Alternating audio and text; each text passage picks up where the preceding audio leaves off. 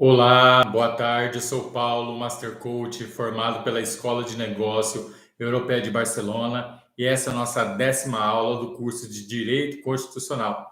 Sou Paulo, sou formado em administração, tenho mestrado em coach, inteligência emocional e programação neurolinguística pela ENEB, Escola de Negócio Europeia de Barcelona, e esse curso é o curso de Direito Constitucional para que você possa se desenvolver na sua vida profissional e assim a conquistar seus objetivos. Se você já é formado em Direito, ou se você cursa o curso de Direito, ou se você está buscando um concurso público municipal, estadual ou federal, ou se você trabalha em uma grande multinacional e precisa de conhecimentos sobre Direito, ou se você é uma pessoa física comum e quer saber quais são os seus direitos, seus deveres, esse curso é para você. Tem vários focos, várias possibilidades, você pode usar esse conhecimento em várias áreas da sua vida. Então, nós iremos começar o nosso curso de Direito Constitucional. Antes de começar, abaixo da descrição desse vídeo, eu tenho uma série de e-books e de cursos que a empresa Treinamento Líder dos Vencedores está disponibilizando. Caso você deseje adquirir, eu vou estar apresentando alguns deles nesse momento, antes de nós começarmos a nossa aula. Esse é o e-book Os 33 Melhores Investimentos para o Século XXI. Este e-book, não sei se você já investe no mercado financeiro ou se você tem curiosidade de aprender, as pessoas pensam que precisa de muito dinheiro para estar investido no mercado financeiro, mas com apenas um pouco mais de R$ 30, você já começa a investir no Tesouro Direto, ou numa CDB, se você é um investidor mais conservador, iniciante. Se você já é um investidor mais dinâmico, arrojado, você pode investir em ações, e aí você tem ações de todos os preços, R$ 4, R$ 5, R$ 10, qualquer valor, você consegue adquirir uma ação fracionada. Então, essas são várias formas de você estar investindo. Agora, se você é um investidor profissional, de acordo com a CVM, um investidor profissional é que tem 1 milhão a 10 milhões de reais. Se você é um investidor profissional, nós temos a modalidade de investimentos de Trust Offshore, investimentos em paraísos fiscais. Você pode colocar o seu dinheiro em Neves, Bahamas, Ilhas Cayman e vários outros paraísos fiscais que a tributação é bem inferior à tributação brasileira. As pessoas que têm muito dinheiro, elas investem em offshore, elas fazem trust para a sucessão familiar e essa modalidade de investimento, elas conseguem fugir da alta carga tributária brasileira fazendo essa modalidade de investimento. Isso para um investidor profissional, como eu falei, de acordo com a CVM, de 1 milhão a 10 milhões de reais. Nós temos outro e-book aqui, que é o e-book Coach Inteligência Emocional e PNL. Esse e-book é fruto de um mestrado que eu fiz pela ENEB, Escola de Negócio Europeia de Barcelona. Fruto desse mestrado, nasceu este e-book. Este e-book são 10 módulos para te ajudar a traçar estratégias e metas para os seus objetivos profissionais. Aqui vai ajudar você a ressignificar. Aqui eu falo sobre programação neurolinguística. Você vai vencer suas crenças limitantes, vai ajudar você a ressignificar o que você já viveu na sua vida. Tem várias metas e objetivos, estratégias, análise SWOT para você saber quais são as suas forças, ameaças, fraquezas e oportunidades e várias outras ferramentas. São 10 módulos de pesquisa científica e pessoas que eu ajudei a largar vícios, pessoas que tinham dívidas, pessoas que tinham metas financeiras, pessoas que passaram em vestibular, em concurso, todas essas pessoas que eu ajudei nessas sessões de coach e de PNL. E temos outro e-book aqui, que é os 7 segredos bíblicos da prosperidade dos judeus. Os judeus são as pessoas mais próximas que tem. Lá nos Estados Unidos, nós temos a BlackRock, a maior gestora de investimento do mundo. A BlackRock gerencia cerca de 10 trilhões de dólares. A BlackRock foi fundada por Larry Fink. Larry Fink é de família judaica. Nós temos o Mark Zuckerberg, Facebook. Todas as pessoas conhecem o Facebook, hoje o Meta, e ela foi fundada por Mark Zuckerberg, uma pessoa que tem uma origem judaica. Temos aqui no Brasil Samuel Kalain das Casas Bahia, nós temos o Silvio Santos do SBT, nós temos a família Safra de família de judeus, é um dos bancos mais importantes do Brasil e do mundo, e ela é de família judaica. E temos aqui o CEO da B3, Gilson Feinstein, e o CEO da B3 é de família judaica também. Temos na Europa a família Rothschild, também de família judaica. Então, para você ver, para citar alguns nomes, se você for pesquisar, os judeus são os maiores ganhadores do Prêmio Nobel, de 850 prêmios Nobel já entregue. Eles ganharam cerca de 180 prêmios Nobel, para você ver que eles são destaque, são os melhores. Israel é o Vale do Silício do Oriente Médio, eles investem muito em pesquisa e tecnologia. Temos o Waze, por exemplo, esse aplicativo que você tem no celular, Esse Waze foi criado pelos judeus, vendido para o grupo por mais de $1 bilhão e 300 milhões de dólares. Só para citar alguns exemplos bem objetivos, aqui você vai encontrar os segredos bíblicos da prosperidade dos judeus. E um dos segredos é que eles são peritos, eles são especialistas em tudo que eles fazem, eles são os melhores. E esse é o objetivo desse curso de Direito Constitucional, que você se torne especialista, o melhor nessa área, para que você possa atingir os seus resultados. Abaixo da descrição desse vídeo, é só você clicar no link, você vai ser direcionado à página da Eduz para você adquirir qualquer um desses e-books ou outros e-books que tem, outros materiais que tem, outros cursos que eu disponibilizo aqui. Eu deixo meu abraço e vamos lá, força no seu foco, no seu objetivo, qualquer que seja, com a aprendizagem de Direito Constitucional. E vamos então começar a nossa aula sobre Poder Legislativo, a nossa aula 10 sobre Direito Constitucional.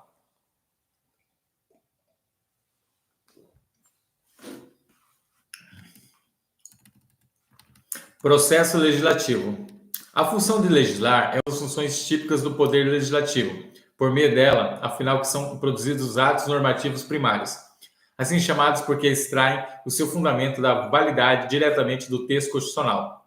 Os atos normativos primários, leis ordinárias, leis complementares, dentre outros, são elaborados a partir de uma sistemática própria, prevista na Constituição e nos regimentos internos de cada uma das casas legislativas. Essa sistemática dá-se o nome de processo legislativo. Segundo o professor Alexandre de Moraes, o processo legislativo pode ser compreendido em duplo sentido, jurídico e sociológico. Do ponto de vista jurídico, é o conjunto de disposições que regula o procedimento a ser observado pelos órgãos responsáveis pela produção de espécies normativas primárias. Do ponto de vista sociológico, são os fatores reais do poder que impulsionam a atividade legiferante. Para Marcelo Cotoni, o processo legislativo é o núcleo central do regime constitucional, do Estado Democrático de Direito. É ele que permite a construção do direito, que ele é um elemento essencial da integração da sociedade pluralista em que vivemos. Nesse contexto, para que o processo legislativo seja constitucionalmente legítimo, ele deve ser compreendido como um fluxo comunicativo entre a sociedade e o legislador. Deve-se garantir o processo de produção das normas, a participação dos que por elas serão afetados em respeito mesmo ao princípio constitucional do contraditório. O processo legislativo, embora seja considerado o núcleo central do regime constitucional, não é uma cláusula pétrea da Constituição. Assim, as suas regras podem sim ser alteradas por meio de emenda constitucional. Ressalta-se que, inclusive, que o regime jurídico das medidas provisórias já foi alterado por emenda constitucional. O processo legislativo constitucional, é possível falar da existência de um processo legislativo regimental, com regras bem detalhadas e específicas de cada casa legislativa, previstas nos respectivos regimentos internos. O estudo do processo legislativo regimental é tarefa extremamente árdua e complexa, que não é objetivo dessa aula. O foco da nossa atenção está no chamado processo legislativo constitucional, que consiste no conjunto coordenado de disposições constitucionais, cuja finalidade é a elaboração dos atos normativos primários relacionados ao artigo 59 da Constituição Federal de 88. Artigo 59. O processo legislativo compreende a elaboração de, inciso 1, emenda à Constituição, inciso 2, leis complementares, inciso 3, leis ordinárias, inciso 4, leis delegadas, inciso 5, medidas provisórias, inciso 6, decretos legislativos, inciso 7, resoluções. Parágrafo único. A lei complementar disporá sobre a elaboração, redação, alteração e consolidação das leis. O objetivo do processo legislativo é, portanto, a elaboração de emendas constitucionais, leis complementares, leis ordinárias, leis delegadas, medidas provisórias, decretos legislativos e resoluções. Todas essas são espécies normativas primárias, que retiram sua validade diretamente do texto constitucional. Há alguns autores, como, por exemplo, o professor Manuel Gonçalves Ferreira Filho, que consideram que as emendas constitucionais, por serem obra do poder constituinte, estão fora do escopo do processo legislativo. Não é esse, todavia, o entendimento que deve se prevalecer, por terem sido expressamente relacionados ao artigo 59, a edição das emendas constitucionais é objeto do processo legislativo. Existem algumas espécies normativas que, apesar de serem primárias, estão fora do escopo do processo legislativo. É o caso dos decretos autônomos e dos regimentos dos tribunais, que são atos normativos primários, mas que não são objeto do processo legislativo. Os atos normativos secundários, como os são objeto do processo legislativo. O desrespeito resulta em inconstitucionalidade formal ou homodinâmica da norma. Suponha, por exemplo, que um deputado federal apresente um projeto de lei cuja iniciativa privativa é do presidente da República. A lei é aprovada, inclusive sancionada pelo presidente. Considerando que houve um vício de iniciativa pelo presidente, iniciativa pelo projeto de lei, só poderia ser sido apresentado pelo presidente, tem-se, nesse caso, uma inconstitucionalidade formal ou não dinâmica. Trata-se do vício insanável, que poderá levar à declaração de inconstitucionalidade da norma do STF. Fazemos questão de mencionar, nesse ponto, um dos princípios mais importantes do processo legislativo constitucional, o princípio da não convalidação das nulidades. Dele decorre o fato de que a sanção presidencial não convalida o vício de iniciativa, tampouco o vício de emenda. O devido processo legislativo deve ser respeitado e os vícios que nele concorrem resultem de nulidade de norma, não podendo ser convalidados por qualquer ato posterior. Outro importante princípio do processo legislativo é constitucional e o princípio da simetria.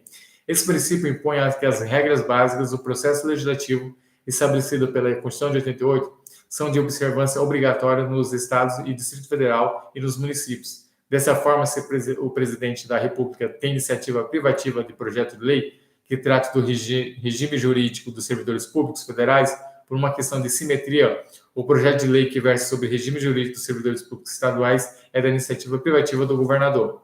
Podemos classificar o processo legislativo da seguinte maneira: quando a forma de organização política divide-se em 4 espécies. Autocrático caracteriza-se por ser expressão do próprio governante, que se atribui a competência de editar leis em detrimento de participação dos cidadãos, seja essa direta ou indireta. Direito caracteriza-se por ser discutido e votado pelo próprio povo diretamente. Semidireto é aquele que exige a concordância dos eleitorados por meio de referendo popular para se concretizar. O indireto ou representativo é aquele que tem o povo e elege seus representantes que recebem poderes para decidir sobre assuntos de competência constitucional.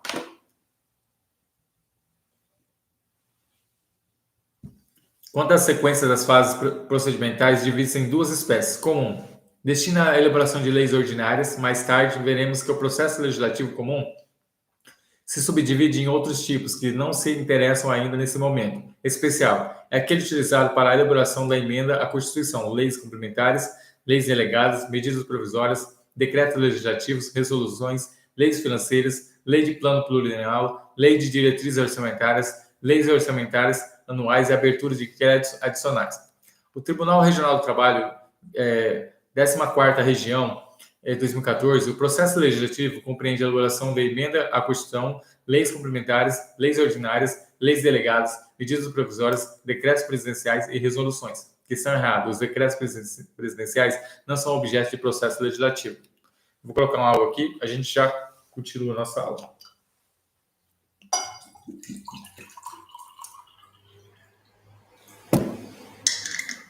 Vamos falar agora sobre o controle judicial preventivo de constitucionalidade. O controle de constitucionalidade pode ser repressivo ou preventivo. O controle será repressivo quando incidir sobre a norma pronta e acabada, expurgando-o do ordenamento jurídico por ser incompatível com a Constituição. O controle repressivo de constitucionalidade é feito por qualquer tribunal do país, diante de casos concretos, ou pelo STF, no controle abstrato da norma, ao apreciar uma ação direta de inconstitucionalidade ou uma ação declaratória da constitucionalidade. Por sua vez, o controle preventivo, quando incidir sobre norma que ainda não entrou em vigor, isso é, que ainda não está pronta, acabada, o controle preventivo de constitucionalidade poderá ser realizado pelo Poder Legislativo, quando, por exemplo, as comissões da Câmara e do Senado apreciam a constitucionalidade dos projetos de lei, pelo Poder Executivo, quando o presidente veta os projetos de lei por considerá-lo inconstitucional, ou mesmo pelo Poder Judiciário. Conforme já assinalamos, ao respeito ao processo legislativo constitucional implica em vício insanável da norma, que, portanto, padecerá de inconstitucionalidade formal ou não dinâmica. Assim, uma lei que seja promulgada e publicada sem que tenha sido respeitadas todas as suas formalidades poderá ser declarada inconstitucional pelo STF, caso esse seja provocado por um dos legitimados do artigo 103 da Constituição Federal de 88. Teremos nessa hipótese o controle repressivo exercido pelo Poder Judiciário. Todavia, também é possível o controle preventivo pelo Poder Judiciário, esse controle não incidirá sobre a norma, mas sobre o processo legislativo em si. Ele será viabilizado mediante impetração de mandado de segurança por congressistas no STF. Há um direito líquido e certo do congressista sendo violado o de ter o devido processo legislativo respeitado. Cabe destacar que não se admite o controle judicial do processo legislativo, mediante ação direta de inconstitucionalidade, pois o ajuizamento dessa pressupõe uma norma pronta e acabada, já publicada e inserida no ordenamento jurídico. O meio hábil para se fazer esse controle é o mandado de segurança, que viabilizará o controle incidental pelo Poder Judiciário. Somente pode impetrar mandado de segurança o congressista da Casa Legislativa que estiver tramitando a proposta. Se o projeto de lei ou a emenda constitucional se o projeto de lei ou a emenda constitucional estiver tramitando no Senado Federal, apenas os senadores poderão impetrar o mandado de segurança. Caso o projeto esteja tramitando na Câmara, os deputados federais estarão legitimados a fazê-lo. Em qualquer caso, o encerramento do processo legislativo, a aprovação entra em vigor na norma e retira ao congressista a legitimidade para continuar no feito, restando prejudicando o mandado de segurança. A competência originária para apreciar o mandado de segurança que visa invalidar o processo legislativo é do STF, órgão responsável por apreciar os atos emanados do Congresso Nacional, suas casas e componentes. Procedimentos legislativos. É importante distinguir o processo legislativo de procedimento legislativo. O processo legislativo é um mecanismo por meio do qual são elaboradas as normas jurídicas do artigo 59 da Constituição de 88. Por sua vez, os procedimentos legislativos é a sucessão de atos necessários para a elaboração das normas do artigo 59 da Constituição de 88. Em outras palavras, procedimentos é o trâmite para a produção de cada ato normativo primário. O procedimento legislativo pode ser classificado em procedimentos legislativo comum, destinados à elaboração de leis ordinárias, e procedimentos legislativos especial, destinados à elaboração das outras espécies normativas primárias, leis complementares, leis delegadas, medidas provisórias, emendas constitucionais, decretos legislativos e resoluções.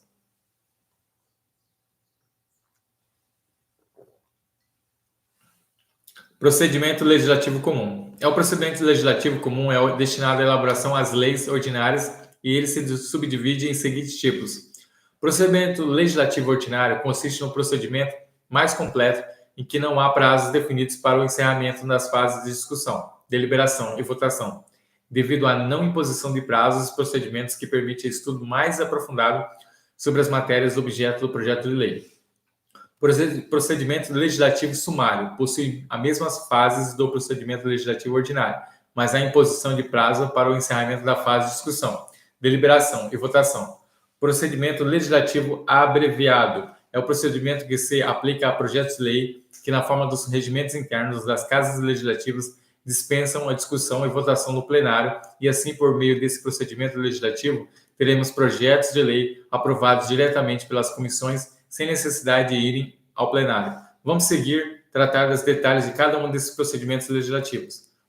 Procedimentos legislativos ordinários. Conforme já afirmando, os procedimentos legislativos ordinários é o mais completo, no qual não há qualquer imposição de prazos para encerramento das fases de discussão, deliberação e votação, e por isso o procedimento mais demorado, havendo a possibilidade de se aprofundar no exame do projeto de lei. O processo legislativo ordinário apresenta 3 fases: fase introdutória, fase constitutiva e fase complementar. A fase introdutória compreende a iniciativa de lei, diz respeito à apresentação do projeto de lei ao Congresso Nacional. Fase constitutiva, por sua vez, abrange a deliberação sobre o projeto de lei, a votação do projeto de lei, a manifestação do chefe do executivo, a sanção ao veto, se for o caso, haverá ainda a apreciação do veto presidencial pelo Poder Legislativo. A fase complementar abrange a promulgação e publicação da lei.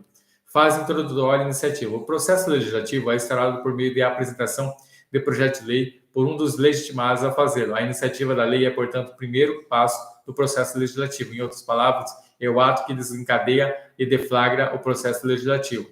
Quem são os legitimados para apresentar o projeto de lei? A resposta é no artigo 61 da Constituição Federal de 88.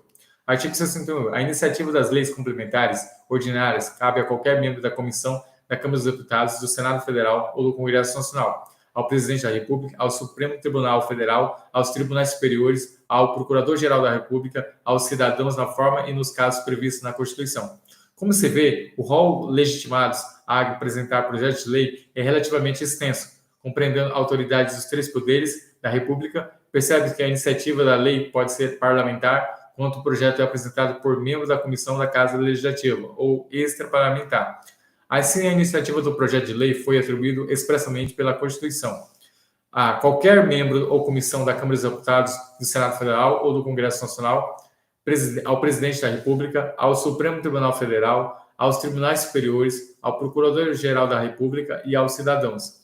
Esse rol de legitimados não é taxativo, pois não menciona o Tribunal de Contas da União e a Defensoria Pública, que também pode apresentar projetos de lei sobre determinadas matérias. É importante destacar que aquele que apresenta projeto de lei pode solicitar sua retirada. Entretanto, para ter a validade do pedido, necessitará do deferimento das casas legislativas de acordo com as regras regimentais. A iniciativa pode ser classificada em 3 tipos: privativa, exclusiva ou reservada, geral, comum ou concorrente, popular. A iniciativa privativa, exclusiva ou reservada é a que existe quando apenas determinados órgãos ou agentes políticos gozam do poder para propor leis sobre matéria específica. É o caso da previsão constitucional de que cabe ao Supremo Tribunal Federal propor lei complementar sobre o Estatuto da Magistratura, Constituição Federal 88, artigo 93. Outro exemplo é a previsão de que compete ao Presidente da República a iniciativa de projeto de lei sobre regime jurídico dos servidores públicos federais. É relevante enfatizar que não se admite delegação da iniciativa privativa atribuída pela Constituição. Devido ao princípio da separação dos poderes, os poderes legislativos não podem fixar prazo para que o detentor da iniciativa reservada apresente projeto de lei sobre determinada matéria, ressalvados os casos em que o prazo for definido pela própria Constituição. Com base no mesmo fundamento, também não cabe ao judiciário obrigar o órgão ou autoridade do outro poder a exercer tal iniciativa. Entretanto, devido à previsão expressa na Constituição, pode o Poder Judiciário, por meio de mandado de injunção ou ação direta de inconstitucionalidade por omissão, reconhecer mora do detentor da iniciativa reservada e, em consequência disso, declarar inconstitucionalidade de sua inércia. Iniciativa privativa do Presidente da República.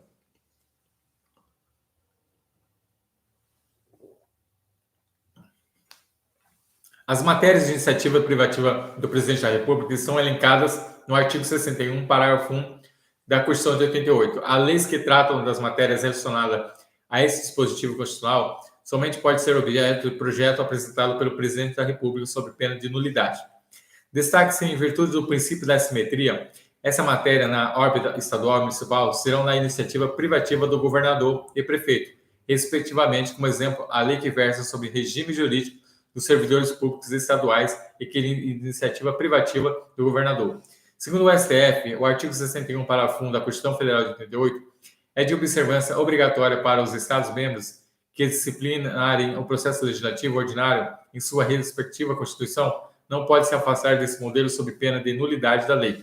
Além disso, tais matérias não podem ser exaustivamente tratadas na Constituição Estadual e na lei orgânica do município ou do Distrito Federal, sob pena de invadir a iniciativa privativa do chefe do Executivo.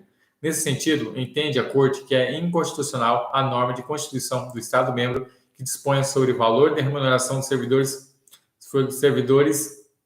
da Polícia Militares e considerou o STF que essa matéria deve ser objeto de projeto de lei de iniciativa privativa do governador e que o inseri-lo na Constituição Estadual havia sido usurpada a competência do chefe do Poder Executivo local. Há, portanto, flagrante inconstitucionalidade formal ou nonodinâmica. Parágrafo 1. São de iniciativa privativa do Presidente da República as leis que, inciso 1, fixe ou modifique efetivos das Forças Armadas. Inciso 2, disponha sobre, a linha A, criação de cargos, funções e empregos públicos da administração direta, autárquica, aumentando o aumento de sua remuneração. A linha B, organização administrativa, judiciária, matéria tributária, orçamentária, serviços públicos pessoal da administração dos territórios. A linha C, servidores públicos da União, territórios e seu regime jurídico de provimento. De cargos e estabilidades, aposentadoria. A linha D, organização do Ministério Público, da Defensoria Pública da União, bem como das normas gerais para a organização do Ministério Público, da Defensoria Pública dos Estados, do Distrito Federal e dos territórios. A linha E, a criação e extinção de ministérios e órgãos da administração pública, observados expostos no artigo 84. A linha F, militares das Forças Armadas, seu regime jurídico, provimento de cargos, promoções, estabilidade, remuneração, reforma, transferência para a reserva. Do artigo 61, parágrafo 1 da Constituição de 88, chamo a atenção de vocês para o seguinte. O presidente da República tem iniciativa privativa de leis que disponham sobre matéria tributária dos territórios. Note que isso não se aplica a outros projetos sobre matéria tributária, cuja iniciativa é geral ou comum. Assim, uma lei tributária federal não precisa necessariamente ser proposta pelo presidente. Agora, se o projeto de lei disser respeito à matéria tributária dos territórios, somente o presidente poderá apresentá-lo. Ratificando esse entendimento, já decidiu o STF que a Constituição de 1988 admite a iniciativa parlamentar na instauração de processo legislativo em tema de direito tributário. O presidente da República tem iniciativa privativa do projeto de lei que trata da organização do Ministério Público e da Defensoria Pública da União. Além disso, ele também tem iniciativa privativa de projeto de lei que versa sobre normas gerais da organização do Ministério Público, da Defensoria Pública dos Estados, do Distrito Federal e dos territórios. Cabe destacar que, por força do artigo 128, parágrafo 5 da Constituição de 88, a Lei da Organização do Ministério Público da União é iniciativa concorrente do Presidente da República, do Procurador-Geral da República, por simetria, as leis da organização dos Ministérios Públicos Estaduais são de iniciativa concorrente do Governador e do Procurador-Geral da República. Dentre as matérias de iniciativa privativa do Presidente da República, é que mais cobrado em prova é do artigo 61, parágrafo 1, inciso 1, a linha C. São de iniciativa privativa do Presidente da República projetos de lei que verse sobre servidores públicos da União, territórios, que seu regimento jurídico, provimento e cargos, estabilidade e aposentadoria. O Presidente da República tem iniciativa privativa das leis que dispõem sobre a criação e extinção de ministérios e órgãos da administração pública, dando uma interpretação extensiva a esse dispositivo de iniciativa da Lei da Criação e Extinção de Entidades de Administração Indireta, também seria a competência do chefe do Poder Executivo. Seguindo essa linha de pensamento, o STF considerou inconstitucional lei de iniciativa parlamentar que disciplinava a extinção de sociedades de economia mista. A Constituição Federal atribuiu ainda ao Presidente da República a iniciativa privativa das leis orçamentárias, Plano Plurianual, Lei de Diretrizes Orçamentárias, Lei Orçamentária Anual. Ressalta-se que a doutrina aponta que as leis orçamentárias são situações em que a iniciativa é vinculada a uma vez ao Presidente da República e a obrigação de apresentar o projeto de lei de forma aos prazos previstos na Constituição. Segundo o STF, a iniciativa privativa do chefe do Poder Executivo das leis orçamentárias impede que o Poder Judiciário determine ao Presidente da República a inclusão do texto do projeto de lei orçamentária anual de cláusula pertinente à fixação de despesa pública, ou com consequente a alocação de recursos financeiros para satisfazer determinados encargos. A regra de iniciativa privativa do Poder Executivo para projeto de lei orçamentário é, segundo o STF, obrigatória para os estados e municípios. Assim, os estados, de iniciativa privativa das leis orçamentárias, é do governador, dos municípios e do prefeito. Por último, é importante destacar que, à exceção das hipóteses de iniciativa vinculada das leis orçamentárias, compete ao chefe do Poder Executivo determinar a conveniência e oportunidade de exercer iniciativa privativa da lei. Nesse sentido, não pode os outros poderes obrigá-lo a exercer tal competência sob pena de ofensa ao princípio da separação dos poderes.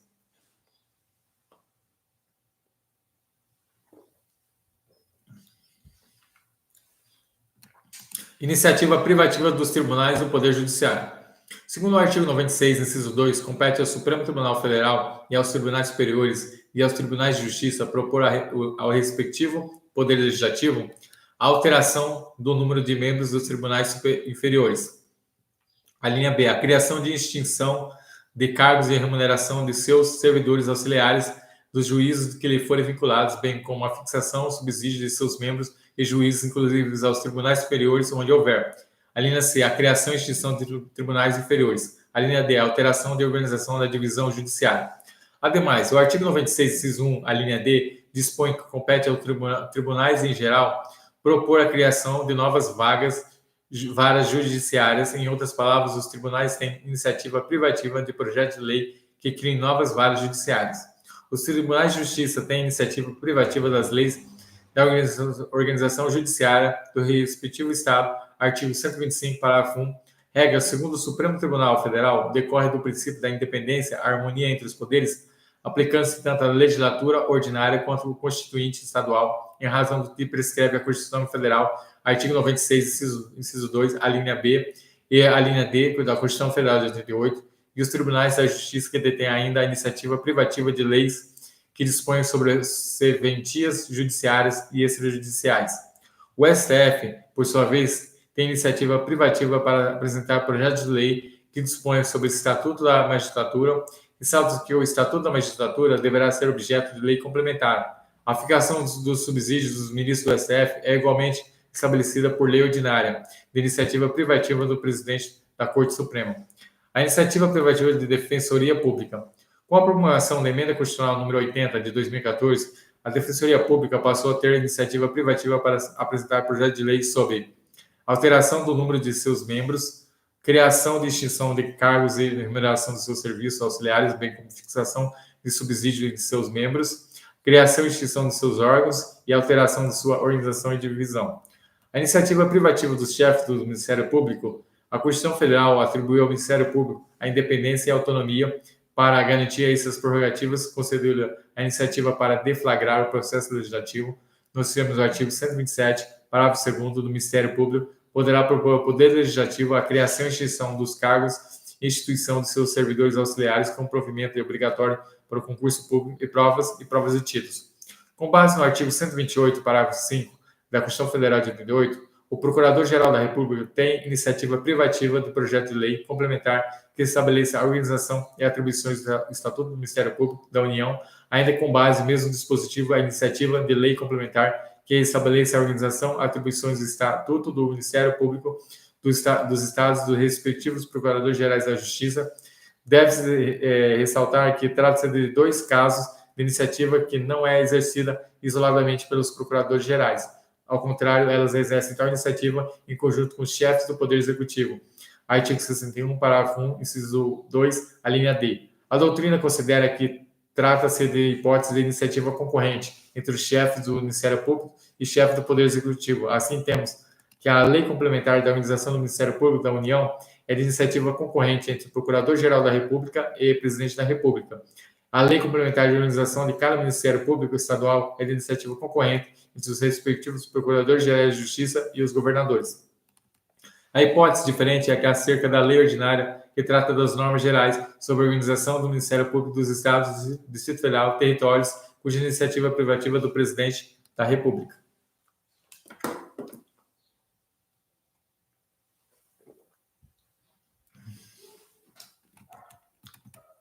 A iniciativa privativa dos Tribunais de Contas.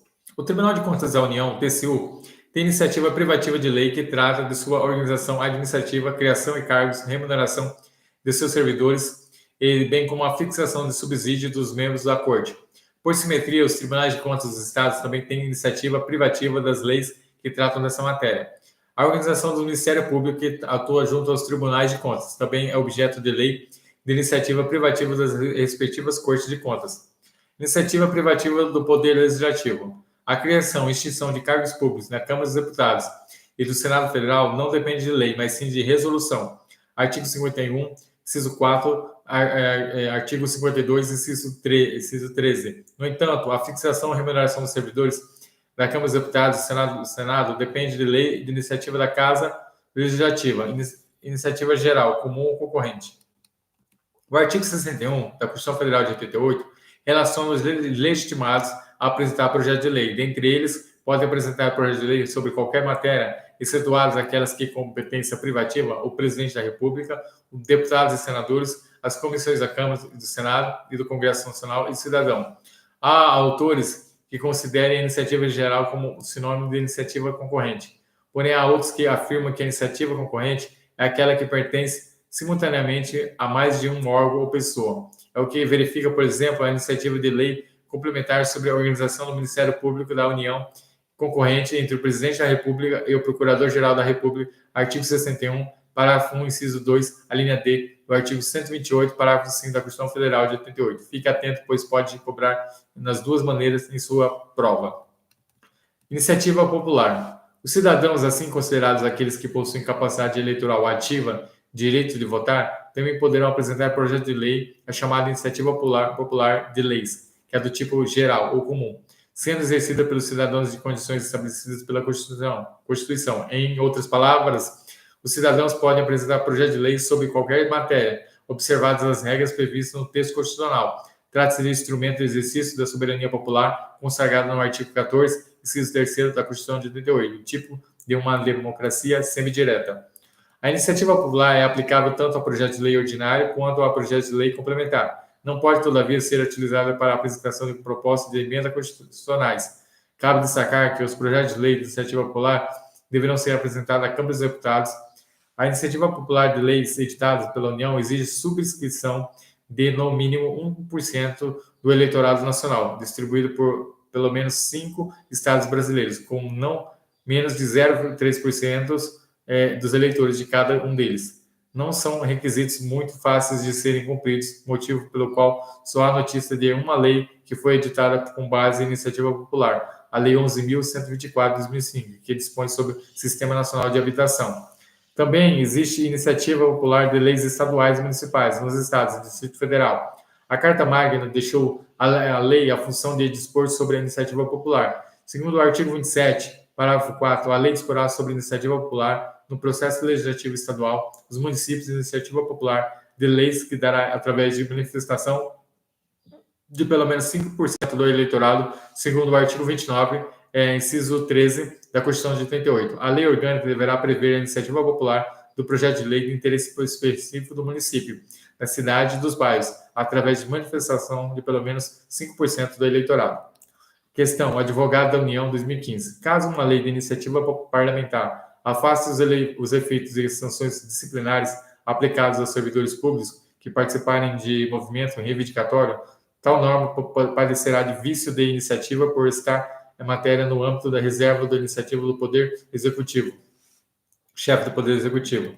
A questão está, vamos analisar, a questão está, são de iniciativa privativa do Presidente da República, as leis sobre regime jurídico dos servidores públicos da União. Logo, a situação apresenta houve vício de iniciativa. A questão está correta.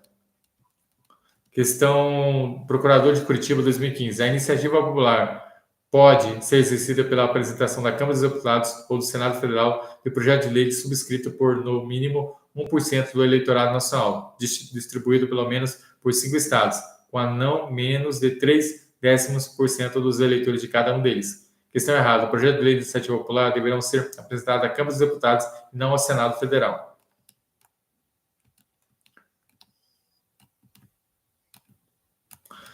Fases constitutivas. Em virtude do bicameralismo, o Poder Legislativo Federal, um projeto de lei irá necessariamente tramitar pela Câmara dos Deputados e pelo Senado Federal na fase constitutiva. O projeto de lei é discutido e votado nas duas casas do Congresso Nacional.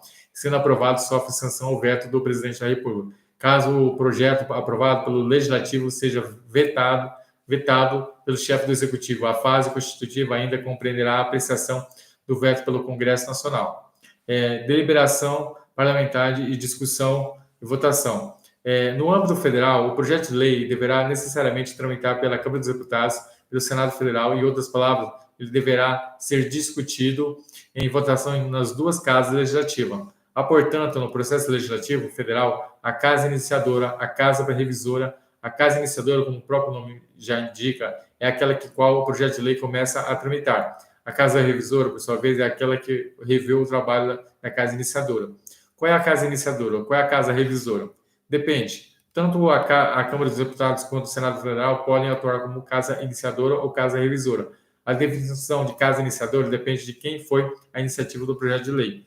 Serão apreciados inicialmente pela Câmara dos Deputados, ou seja, a Câmara atuará como casa iniciadora dos projetos de lei de iniciativa de deputado federal ou de alguma comissão da Câmara dos Deputados, do Presidente da República ou do Supremo Tribunal Federal, aos tribunais superiores, ao Procurador-Geral da República e dos cidadãos.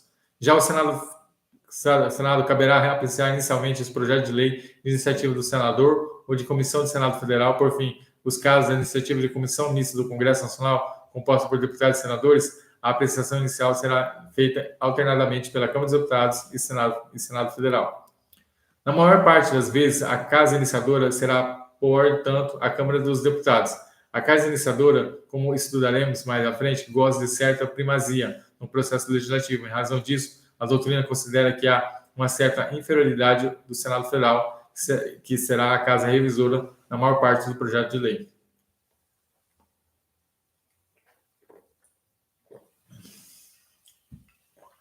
Após ser apresentado o projeto de lei, passará pela fase de instrução da Casa Legislativa Iniciadora, a qual será submetido à apreciação das comissões.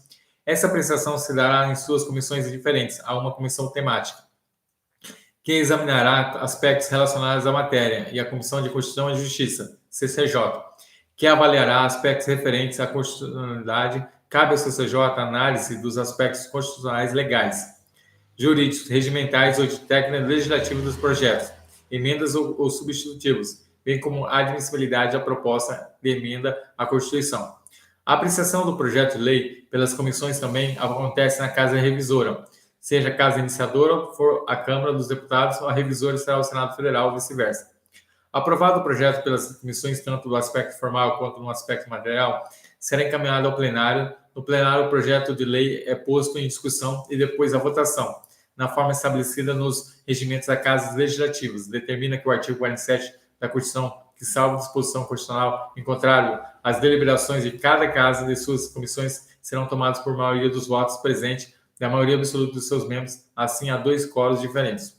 O quórum de presença. A maioria absoluta dos membros da Casa Legislativa, destaca-se que a maioria absoluta é o primeiro número inteiro acima da metade, e não é a metade mais 1, que é muito comum se dizer. Assim, a maioria absoluta é 81 senadores, 41, e a maioria absoluta de 513 deputados federais é 257.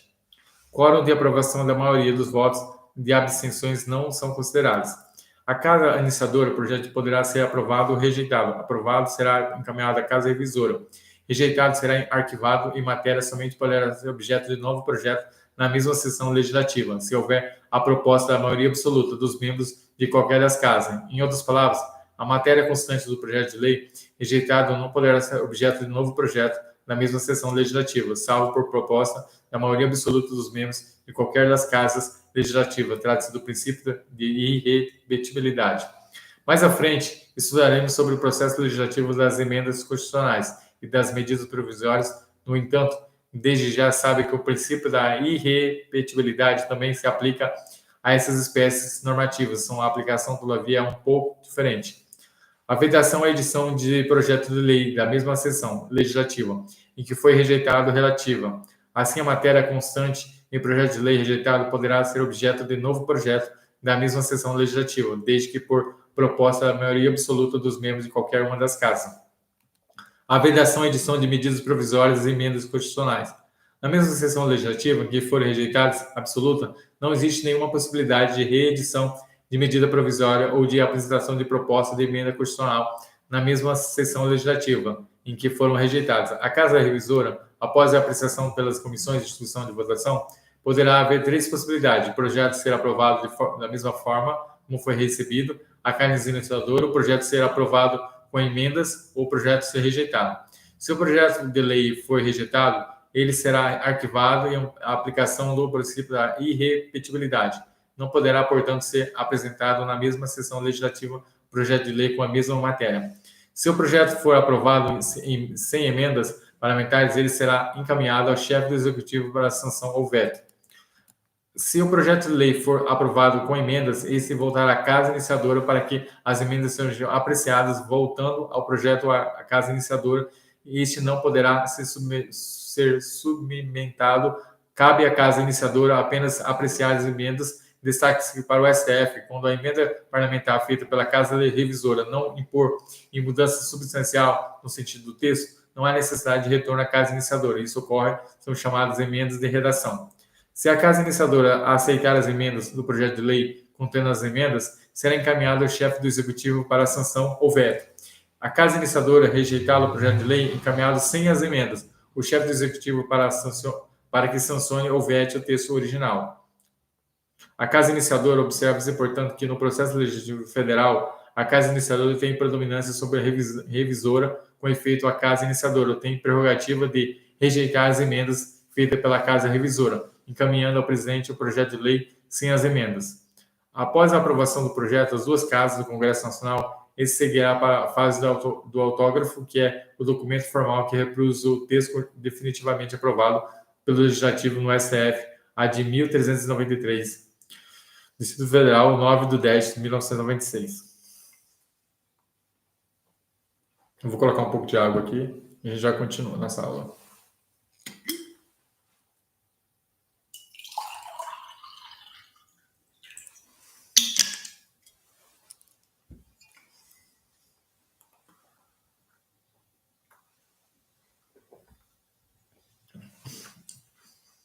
Emendas parlamentares. Durante a fase de deliberação parlamentar, porém, podem ser propostas chamadas emendas parlamentares. As emendas são proposições legislativas acessórias que podem ser de diferentes tipos. A. Supressivas, quando eliminam qualquer parte de proposição principal. Aditivas, quando acrescentam algo à proposição principal. Aglutinativas, quando resulta de fusão de outras emendas ou dessas com o texto original. As modificativas caracterizam-se por alterar a proposição sem modificá-la substancialmente. As substitutivas são apresentadas pelo sucedâneo a parte de outra proposição, que após a reiteração passará a se chamar substitutiva. Essa modificação pode ser substancial ou formal. De redação, quando visar sanar vícios em linguagem, incorreção técnica e legislativa ou lapso manifesto. As emendas só podem ser apresentadas pelos parlamentares, não existindo emendas extraparlamentares. Cabe mencionar apenas que o presidente da República poderá enviar mensagem ao Congresso Nacional propondo modificações das leis orçamentárias, plano plurianual, de lei de diretrizes orçamentárias, lei orçamentária anual. Embora não seja considerada emenda extraparlamentar, a mensagem do presidente do Congresso propondo as modificações das leis orçamentárias é o que mais se aproxima disso. Questão importante diz respeito à possibilidade de apresentação de emendas parlamentares no projeto de lei que iniciativa reservada ou privativa. A doutrina, a prática legislativa, reconhece essa possibilidade e assim os presidentes da República apresentam projeto de lei sobre matéria de sua iniciativa privativa. Os congressistas poderão apresentar emenda a este projeto. O poder de emendar não é absoluto e ilimitado. É necessário que se cumpram alguns requisitos. O conteúdo da emenda deve ser pertinente à matéria da proposição, isto é, deverá haver pertinência temática. No caso do projeto de iniciativa privativa exclusiva do chefe do Poder Executivo, não pode ser feita emendas que acarretem aumento de despesa, ressalvadas as emendas de lei orçamentária anual, lei de diretrizes orçamentárias, artigo 63, inciso 1. Dessa forma, podem ser feitas emendas de projetos de lei de iniciativa privativa do presidente, desde que elas não impliquem no aumento de despesa. Exceção fica por conta das leis orçamentárias, a LOA e a LDO, que mesmo sendo de iniciativa privativa do presidente, podem ser emendados com aumento de despesa.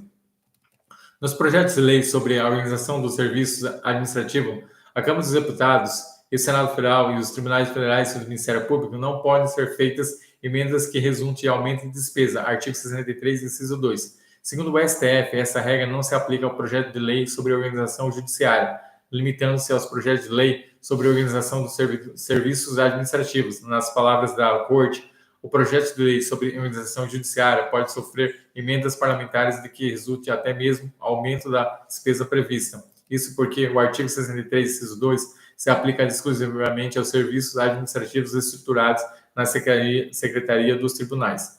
Agora que já sabemos que os limites pode ter emendar, vamos a uma situação que pode ocorrer relacionada a essa problemática.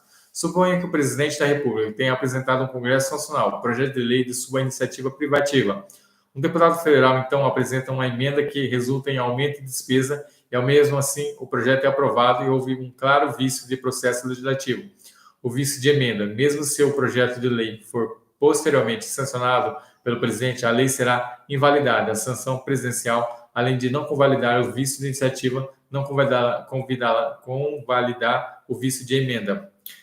Questão: Polícia Civil, Distrito Federal, 2015. Um projeto de lei que tratava da matéria X foi rejeitado. Nesse caso, essa mesma matéria X pode ser objeto de outro projeto de lei na mesma sessão legislativa, desde que proposta pela maioria absoluta dos membros de qualquer das casas do Congresso Nacional? Questão correta, é isso mesmo que diz o artigo 67 da Constituição de 88. A matéria constante do projeto de lei rejeitado somente poderá constituir objeto do novo projeto na mesma sessão legislativa mediante proposta da maioria absoluta dos membros de qualquer das casas do Congresso Nacional. Isso é o princípio da irrepetibilidade. Questão correta. Sanção e veto. Sanção. A sanção é um ato unilateral. O presidente da República, por meio do qual está manifesta sua aquiescência, concordância com o projeto de lei aprovado pelo Poder Legislativo, é um ato irretratável. O chefe do Poder Executivo, uma vez sancionado o projeto de lei, a sanção não poderá ser revogada.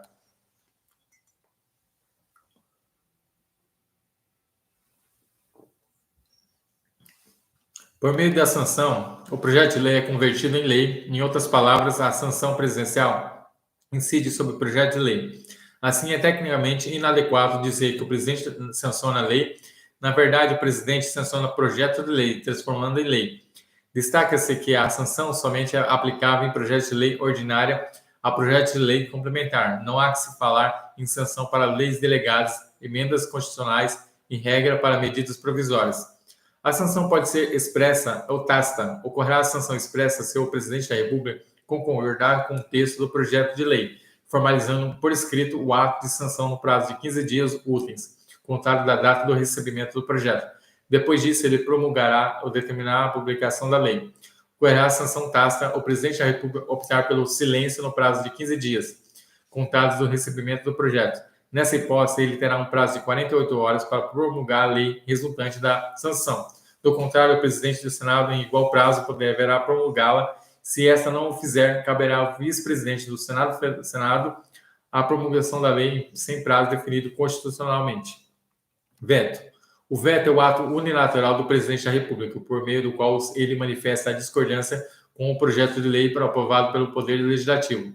Segundo o artigo 66, parágrafo 1 da Constituição de 88, se o presidente da República considerar o projeto no topo ou em parte inconstitucional ou contrário ao interesse público, vetá-lo total ou parcialmente no prazo de 15 dias úteis, contados da data do recebimento, e comunicará dentro de 48 horas ao presidente do Senado Federal os motivos do veto. O veto será sempre motivado. O presidente da República, ao vetar um projeto de lei, deverá informar o presidente do Senado dentro de 48 horas os motivos do veto. Se o presidente considerar que o projeto de lei é inconstitucional, estaremos diante de um veto jurídico. Por outro lado, se o presidente entender que o projeto de lei é contrário ao interesse público, temos um veto político. O veto jurídico traduz em controle de constitucionalidade política, pois exercido por órgão que não integra a estrutura do Poder Judiciário. Preventivo, evita que uma lei inconstitucional seja inserida no ordenamento jurídico.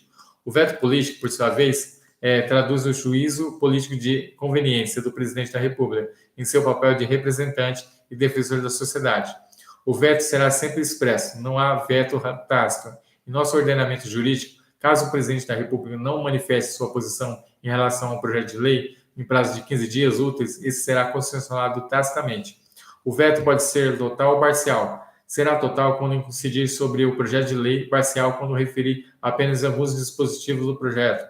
Destaque-se, todavia, que o veto parcial deverá abranger texto integral, e o artigo do parágrafo do inciso ou da linha não se admite que o veto parcial incida sobre as palavras e expressões. O veto é relativo, ou seja, pode ser superado, rejeitado quando o presidente veta o projeto de lei e deve-se informar o presidente do Senado Federal dentro de 48 horas. Ele estará, na prática, devolvendo o projeto de lei para a apreciação do Congresso Nacional. O veto será apreciado em sessão conjunta do Congresso Nacional dentro de 30 dias a contar do seu recebimento. O veto poderá ser, então, rejeitado pelo voto da maioria absoluta dos deputados e senadores em votação aberta. Se dentro de prazo de 30 dias não houver deliberação do veto, ele será colocado em ordem do dia da sessão imediata, retardando as demais deliberações do Congresso Nacional, que até ocorra a sua votação magna no artigo 66, parágrafo 6º. Note que, nesse caso, haverá trancamento da pauta da sessão conjunta do Congresso Nacional, da sessão da Câmara e do Senado.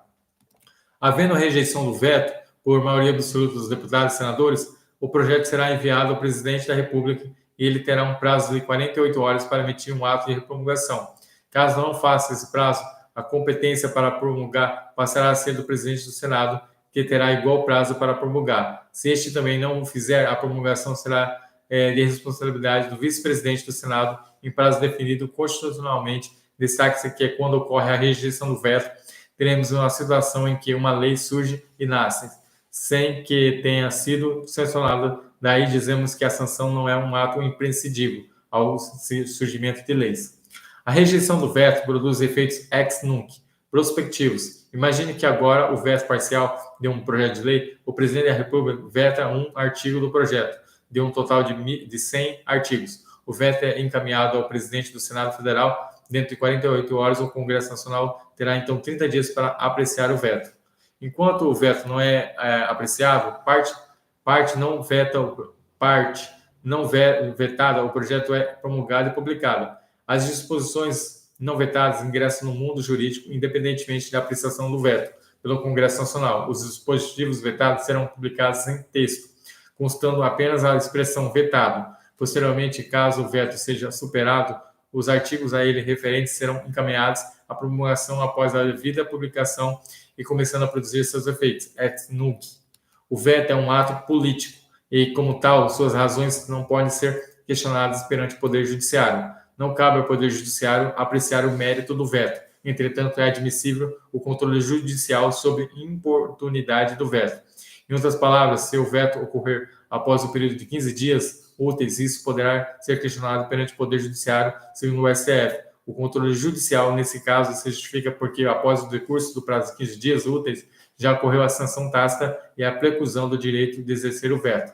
Por último, ressaltamos que não se admite a retratação do veto, vai um pouco a retratação da sua derrubada ou manutenção pelo Poder Legislativo.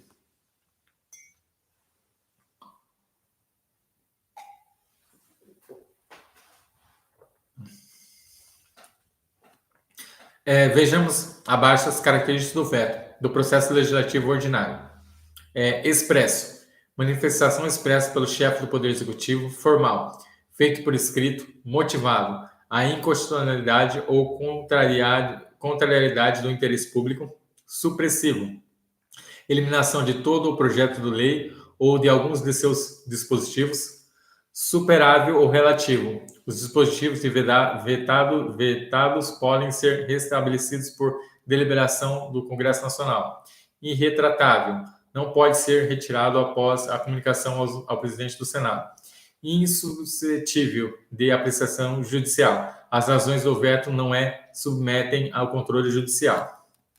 Advogado da União, 2015. O veto do presidente da República em um projeto de lei ordinário insere-se no âmbito do processo legislativo. As razões pelo veto podem ser objeto de controle do Poder Judiciário. Questão errada. Por ser um ato de natureza política, não cabe ao Poder Judiciário apreciar o mérito do veto. Fase complementar. Promulgação. A promulgação é um ato solene que atesta a existência da lei, confirmando o seu surgimento. É como se fosse uma certidão de nascimento da lei. A promulgação incide sobre a lei pronta, declarando a sua potencialidade para produzir efeitos. Assim, a lei nasce em sanção, mas tem sua existência declarada pela promulgação. O prazo da promulgação é de 48 horas. No caso, a sanção tácita é rejeição do veto quando a sanção for expressa, a promulgação ocorrerá simultaneamente a ela. Em princípio, a promulgação cabe ao chefe do Poder Executivo, entretanto, as hipóteses em que a promulgação poderá ser feita pelo Poder Legislativo, quando a rejeição do veto. Por exemplo, o presidente deverá promulgar a lei caso não o faça dentro de 48 horas. A competência se desloca para o presidente do Senado Federal. Da mesma forma, quando há sanção tácita, o presidente deverá promulgar a lei em 48 horas. Se não o fizer, novamente, a competência se desloca para o presidente do Senado Federal. Existe ainda casos em que a promulgação é ato de competência originária do Poder Legislativo. Emendas à Constituição promulgadas pela mesa da Câmara, dos Deputados e do Senado Federal, decretos legislativos promulgados pelo presidente do Congresso Nacional, que é o presidente do Senado, resoluções promulgadas pelo presidente do órgão que editam. Publicação. A publicação consiste no ato de divulgação oficial da lei. Ela consiste na comunicação de todos os que a lei existe e que deve ser cumprida. Trata-se da condição de eficácia da lei. A partir do momento que a lei é publicada, ela passa a estar apta a produzir todos os seus efeitos, embora ainda não esteja necessariamente em vigor. A publicação não se confunde com a promulgação, que lhe é anterior. Por meio da promulgação, reconhece que a lei existe, e com a publicação adquire potencialidade para produzir seus efeitos. Destaque-se a Carta Magna não se estabelece prazo para que a ata publicada da lei. Por isso, embora não esteja expresso na Constituição, a publicação da lei ordinária é ato de competências do presidente da República. Questão. MPE Rio Grande do Sul 2014. Com promulgação mediante a sanção do Presidente da República, a lei passa a vigorar de plano, sendo a sua publicação apenas o exaurimento do processo legislativo. Terceiro errado, a promulgação da lei não implica na sua entrada em vigor. A promulgação apenas declara que a lei tem potencial para produzir seus efeitos. Questão errada. Procedimento legislativo sumário. A Carta Magna disciplina o processo legislativo sumário ou seu artigo 64, parágrafo 1, ao qual estabelece que o Presidente da República poderá solicitar a urgência para a apreciação dos projetos da sua iniciativa. Ressalta-se, entretanto, que não é necessário que a matéria seja iniciativa privativa do Presidente da República. O regime de urgência poderá ser solicitado pelo Presidente em relação a qualquer projeto de lei que ele tiver apresentado ao Congresso Nacional, em qualquer fase da sua tramitação. Embora a Constituição disponha do que o procedimento legislativo sumário pode ser estabelecido por solicitação do Presidente, a doutrina aponta que é verdadeiro caso de requisição. Isso quer dizer que o Congresso Nacional deverá obrigatoriamente instaurar o procedimento legislativo sumário, quando assim for requerido pelo Presidente, trata-se do ato vinculado no Congresso Nacional. O processo legislativo sumário deve terminar ao prazo máximo de 100 dias, de 45 dias na Câmara e 45 no Senado, e mais 10 dias a Câmara apreciar as emendas dos senadores, se houver, desconsiderando os períodos de recesso ao Congresso Nacional. Se as casas não se manifestarem cada uma até 45 dias, trancar-se as pautas de deliberações legislativas, a respectiva casa, com exceção das que tenham um prazo constitucional determinado, até a última, a votação observa que esse prazo ocorre separadamente em cada casa do Congresso Nacional. Assim, a Câmara encerra a apreciação do projeto de lei no 45º dia. Ele sugere ao Senado que terá os novos 45 dias para apreciá-la. A Constituição estabelece no processo legislativo sumário ou de urgência não poderá ser aplicado nos projetos de códigos. Procedimento legislativo abreviado. O procedimento legislativo abreviado é o que dispensa a discussão e votação do projeto de lei em plenário. Quando utilizamos o procedimento legislativo abreviado, o projeto de lei será discutido e votado diretamente pelas comissões das casas respectivas.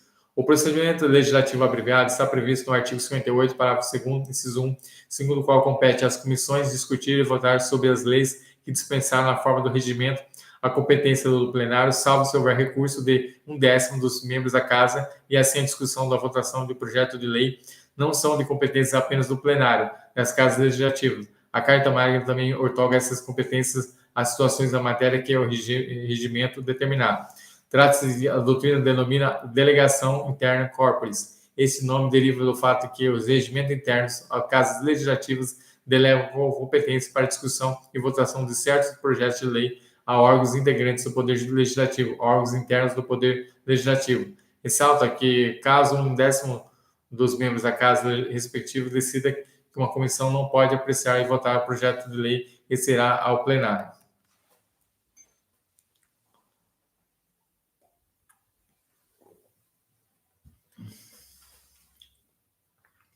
Procedimentos legislativos especiais. As emendas constitucionais, a Constituição Federal de 1988 é um tipo de rígida, portanto, o processo legislativo, a emenda constitucional, é chamado processo de reforma à Constituição. É mais laborioso do que o ordinário. Ele está detalhado no artigo 60 da Carta Magna e compreende as seguintes fases. Iniciativa de um legitimado, artigo 60 da Constituição de 88. Artigo 60. A Constituição poderá ser emendada mediante proposta, inciso 1, de 1/3 do mínimo dos membros da Câmara dos Deputados ou do Senado Federal, inciso 2, do Presidente da República, inciso 3, de mais de metade das Assembleias Legislativas das unidades da Federação, manifestando-se em cada uma delas pela maioria relativa dos seus membros. Discussão de votação. Em cada caso do Congresso Nacional, em 2 turnos, considerando aprovado quando obtiver ambos de 3/5 dos votos dos membros de cada uma delas. Caso a proposta seja rejeitada, a via prejudicada será arquivada, não podendo a matéria dela constante ser objeto de nova proposta da mesma sessão legislativa. Trata do princípio da irrepetibilidade. A promulgação pelas mesas da Câmara e do Senado com o respectivo número de ordem a ser aprovado. O poder de reforma da Constituição é permanente, podendo se manifestar a qualquer tempo enquanto for vigente a Constituição de 88. Obedece aos requisitos estabelecidos pelo artigo 60 da Carta Magna, que também é a observância obrigatória pelos Estados-membros quanto da mesma reforma de suas constituições. A reforma constitucional apresenta 4 tipos de limitações: materiais, formais, circunstanciais e temporais. As limitações temporais ocorrem quando o poder constituinte originário estabelece um prazo durante o qual não pode haver modificações do texto da Constituição. Nesse período, a Constituição é imutável. A Constituição de 88 não apresenta esse tipo de limitação. Desde a sua vigência, não houve um período sequer em que o texto não pudesse ser sido alterado. As limitações circunstanciais se verifica quando a Constituição estabelece que, em certos momentos, a instabilidade política, o Estado e seu texto não poderá ser modificado. Assim, as circunstâncias extraordinárias impedem a modificação da Constituição. A Carta da República institui 3 circunstâncias excepcionais que impedem a modificação do seu texto: estado de sítio, estado de defesa, intervenção federal, Constituição Federal, artigo 60, parágrafo 1. Destaca-se que, nesse período, as propostas da emenda à Constituição poderão ser apresentadas, discutidas e votadas, o que não se permite a promulgação das emendas constitucionais. Outro ponto importante a ser memorizado é que a vedação referente à intervenção federal abrange somente aquelas decretadas e executadas pela União. Eventual intervenção do Estado, município, não é limitação circunstancial da modificação da Constituição Federal de 88. As limitações formais. O processo de reforma à Constituição se deve à rigidez constitucional. Como você se lembra, a Constituição de 88, o tipo rígida é como tal exige um processo especial para a modificação do seu texto, mais difícil do que aquele elaborado das leis. As limitações formais, também chamadas processuais, são previstas no artigo 60, inciso 1, inciso 3, do parágrafo 2º, parágrafo 3º e parágrafo 5º. Quais são as limitações? Para facilitar a nossa análise, veja o quadro a seguir. A iniciativa restrita do artigo 60, dos incisos da Constituição Federal. Votação de discussão em 2 turnos em cada casa legislativa, aprovação por 3/5 dos membros de cada uma delas. Promulgação pelas mesas da Câmara e do Senado como respectivo número de ordem e vedação à representação na mesma sessão legislativa da proposta de emenda nela rejeitada ou tida por prejudicada em irretibilidade absoluta. A primeira limitação formal da reforma da Constituição se refere à iniciativa. O inciso 1 e inciso 3 do artigo 60 estabelece que os legitimados no processo legislativo de reforma à Constituição, ou seja, quem poderá apresentar uma proposta de emenda à Constituição, uma PEC, perante o Congresso Nacional, esse número, como você pode perceber, é bem menor do que os legitimados no processo legislativo de elaboração de leis, arrolados no artigo 61 da Constituição.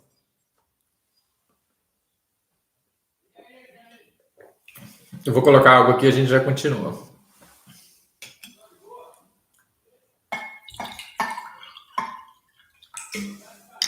Legitimados a apresentar a PEC. 1/3 do mínimo dos membros da Câmara, do Senado Federal, presidente da República, mais da metade da Assembleia Legislativa, manifestando-se cada uma pela maioria relativa de seus membros. No que diz respeito à iniciativa, destacam-se as seguintes características. A ausência de iniciativa popular, ao contrário do que ocorre no processo legislativo de leis, não há previsão para que o cidadão apresente proposta à emenda à Constituição Federal. A ausência de iniciativa reservada, diferente do que ocorre no processo legislativo das leis. Não há iniciativa reservada à emenda constitucional. Qualquer dos legitimados pode apresentar proposta de emenda constitucional sobre todas as matérias não vedadas na Carta Magna. A ausência de participação dos municípios. Esses entes federados não dispõem de iniciativa de proposta de emenda constitucional, nem participam de discussões e votações da mesma. Participação dos estados do Distrito Federal. Esses entes da Federação participa tanto da apresentação da proposta de emenda constitucional por meio de Assembleia Legislativa da Constituição Federal, artigo 60, incisos 2 e 1, quanto às discussões e deliberações sobre a mesma. Isso porque o Senado Federal representa Estados e Distrito Federal. Nesse ponto, diferencia os municípios não participam do processo da reforma da Constituição, por não terem representantes no Congresso Nacional. Outras importantes características do processo legislativo é a emenda à Constituição. A ausência de previsão da Constituição de casa iniciadora obrigatória. A discussão e votação da proposta de emenda à Constituição pode ser iniciada tanto na Câmara dos Deputados quanto no Senado Federal. A ausência de casa revisora. A segunda casa legislativa, diferentemente do que ocorre no procedimento legislativo ordinário referente às leis, não revisa o texto aprovado na casa em que foi apresentada a emenda. Ao contrário disso, ele aprecia como novo, podendo alterá-lo livremente. Em caso das alterações substanciais, o texto retorna à primeira casa para que ele faça sua apreciação e integração, podendo igualmente modificá-lo livremente o texto final. Aprovado quando a matéria recebe votos favoráveis de pelo menos 3/5 dos membros de ambas as casas, Senado Federal e Câmara dos Deputados, em 2 turnos de votação. É importante destacar que o STF entende que somente é obrigatório o retorno da proposta de emenda à Constituição à Casa Legislativa de origem quando ocorrer modificação substancial de seu texto. Se a modificação do texto não resultar em alteração substancial, o seu sentido, a proposta da emenda constitucional não precisa voltar à Casa Iniciadora. Continuando o estudo das limitações formais do processo de reforma da Constituição, destaque-se que outra importante limitação desse tipo diz respeito à discussão, votação e aprovação do projeto de emenda constitucional de acordo com o artigo 60, parágrafo 2º da Constituição de 88. A proposta de emenda constitucional será discutida e votada em cada caso do Congresso Nacional em 2 turnos, considerando aprovado que tiver ambos os 3/5 dos votos dos respectivos membros. Trata-se, portanto, de um processo legislativo mais dificultoso que aquele que a aprovação de uma lei que exige a votação de apenas um turno. O mesmo dispositivo exige ainda a deliberação qualificada para a aprovação da emenda, 3/5 dos votos dos respectivos membros, bem mais difícil de obter do que a aprovação de leis na maioria simples, artigo 47 da Constituição Federal de 88. A terceira limitação ao poder de reforma à Constituição diz respeito à promulgação. O parágrafo 3º do artigo 60 determina que a emenda constitucional será promulgada pelas mesas da Câmara dos Deputados e Senado Federal no respectivo número de ordem. Esse dispositivo estabelece, portanto, as diferenças importantes do que se refere ao processo legislativo das leis. Diferentemente do que ocorre no projeto de lei, proposta da emenda constitucional não submete à sanção veto o chefe do Poder Executivo. Ao contrário do que se ocorre no processo legislativo das leis, o presidente da República não dispõe de competência para a promulgação de uma emenda da Constituição. A numeração das emendas da Constituição segue em ordem própria, distinta daquelas das leis, a emenda constitucional número 1, emenda constitucional número 2, emenda constitucional número 3, assim sucessivamente. Finalmente, tem-se a limitação processual ou formal prevista no parágrafo 5º do artigo 60, que determina que a matéria constante proposta da emenda rejeitada ou havia sido prejudicada não pode ser objeto de nova proposta na mesma sessão legislativa. O dispositivo estabelece, portanto, a irrepetibilidade da mesma sessão legislativa de proposta da emenda à Constituição, rejeitada ou havia por prejudicada essa irrepetibilidade absoluta, matéria constante de proposta da emenda constitucional, rejeitada ou havia por prejudicado jamais poderá construir nova proposta à emenda na mesma sessão legislativa. Verifique-se, portanto, mais uma distinção da relação do processo legislativo das leis. Isso porque a matéria constante do projeto de lei rejeitado poderá constituir objeto de novo projeto na mesma sessão legislativa, desde que mediante proposta em maioria absoluta dos membros de qualquer uma das casas do Congresso Nacional. Constituição Federal, artigo 67. Assim, a irrepetibilidade da proposta da emenda constitucional rejeitada ou havia por prejudicada é absoluta, enquanto o projeto de lei é rejeitado relativa. No que concerne às limitações da matéria, essas existem enquanto a Constituição estabelece que determinada matéria não poderão ser abolidas por meio de emenda. O legislador constituinte originário, portanto, estabelece um núcleo essencial que não poderá ser suprimido por ação do poder constituinte derivado. Essas limitações são divididas doutrinariamente em 2 grupos, explícitos ou expressas. Explícito é quando constam expressamente no texto constitucional, em posição implícita da tácita, quando estão expressas no texto da Carta Magna, ou 2 tipos de limitações de matérias estão presentes na Constituição de 88. Em primeiro tipo delas, é explícita ou expressa, verifica-se no parágrafo 4 do artigo 60, segundo o qual não será objeto de deliberação da proposta à emenda à Constituição, tem de abolir a forma federativa do Estado, o voto direto e secreto, universal e periódico, a separação dos poderes, o direito e as garantias individuais, trata-se de chamadas cláusulas pétreas expressas, que são insuscetíveis de abolição por meio de emenda constitucional.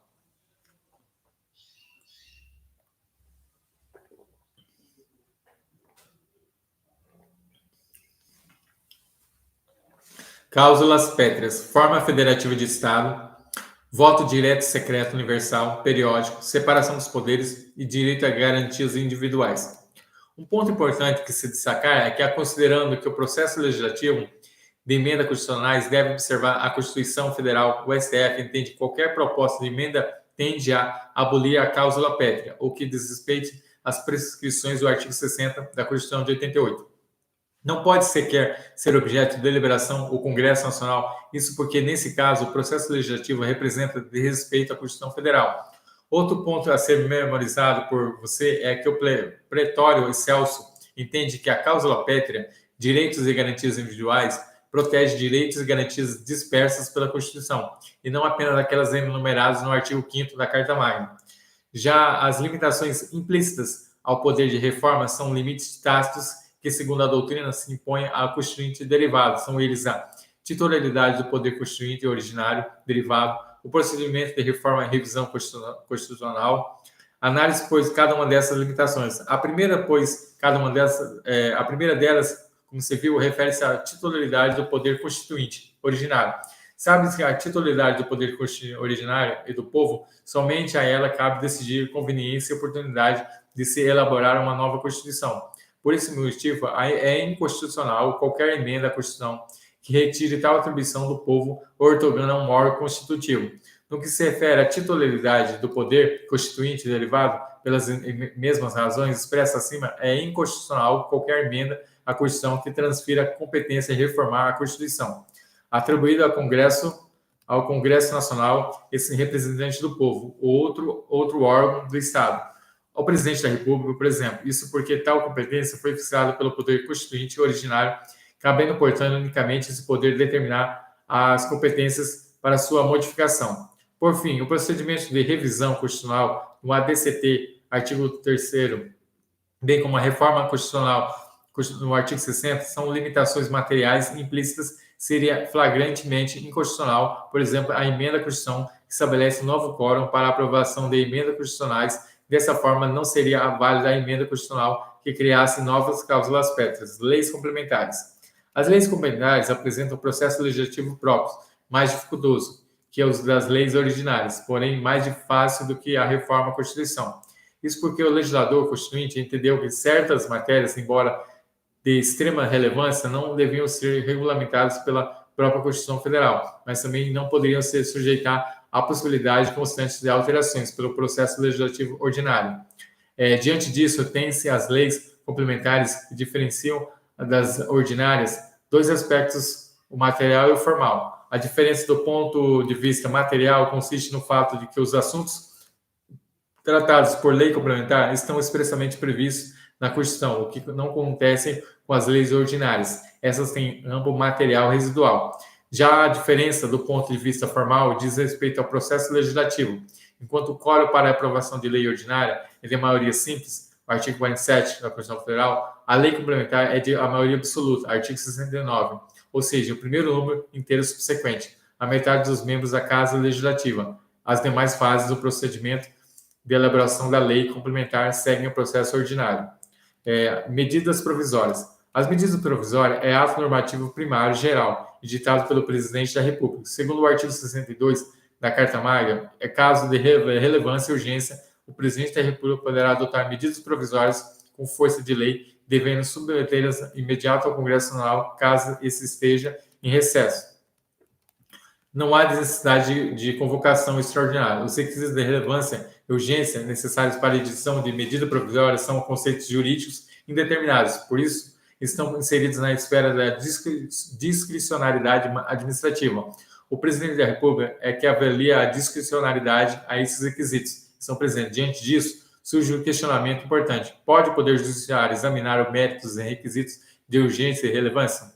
O STF considera que é possível controle jurisdicional dos requisitos de urgência e relevância, mas apenas em casos excepcionais, nos quais for evidente a ausência desses pressupostos. O Poder Judiciário poderá, então, avaliar relevância à urgência de medida provisória sem que isso configure qualquer violação do princípio da separação dos poderes. A medida provisória não pode ser tratada de qualquer matéria em virtude da existência de limitações constitucionais da sua edição, de acordo com o artigo 62, parágrafo 1 da Constituição Federal de 88. Eu vou no banheiro rapidinho, já volto aqui, vou deixar uma música aqui e já volto para a gente continuar a nossa aula.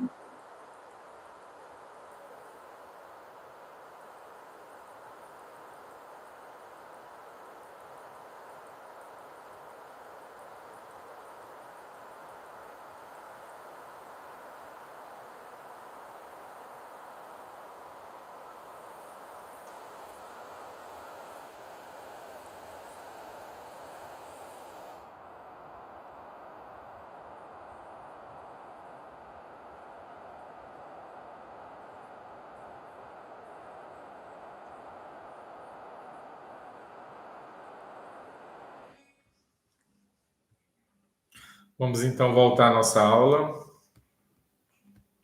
de Direito Constitucional, Poder Legislativo. Vamos então voltar à nossa aula, a gente parou aqui. O STF considera que é possível controle jurisdicional dos requisitos de urgência e relevância, mas apenas em casos excepcionais, dos quais for evidente a ausência desses pressupostos. O Poder Judiciário poderá, então, avaliar relevância à urgência de medida provisória sem que isso configure qualquer violação ao princípio da separação dos poderes. A medida provisória não pode tratar de qualquer matéria em virtude da existência de limitações constitucionais à sua edição. De acordo com o artigo 62, parágrafo 1 da Constituição, parágrafo 1, é vedada a edição de medidas provisórias sobre matéria, inciso 1, relativa à linha A, nacionalidade, cidadania, direitos políticos, partidos políticos, direito eleitoral, a linha B, direito penal, processual civil, a linha C, organização do Poder Judiciário e do Ministério Público, da carreira e das garantias dos seus membros, a linha D, do plano plurianuais, diretrizes orçamentárias, orçamento, créditos adicionais, suplementares, ressalvados previstos no artigo 167, parágrafo 3º. Inciso 2, que visa a detenção dos sequestros de bens de poupança popular de qualquer outro ativo financeiro. Inciso 3, reservado à lei complementar. Inciso 4, já disciplinado em projeto de lei aprovado pelo Congresso Nacional, pendente de sanção do veto do Presidente da República. No que se refere à matéria orçamentária, há uma exceção à vedação de que a medida provisória dispõe sobre esta. Trata-se da possibilidade de abertura de crédito extraordinário por meio de instrumentos normativos.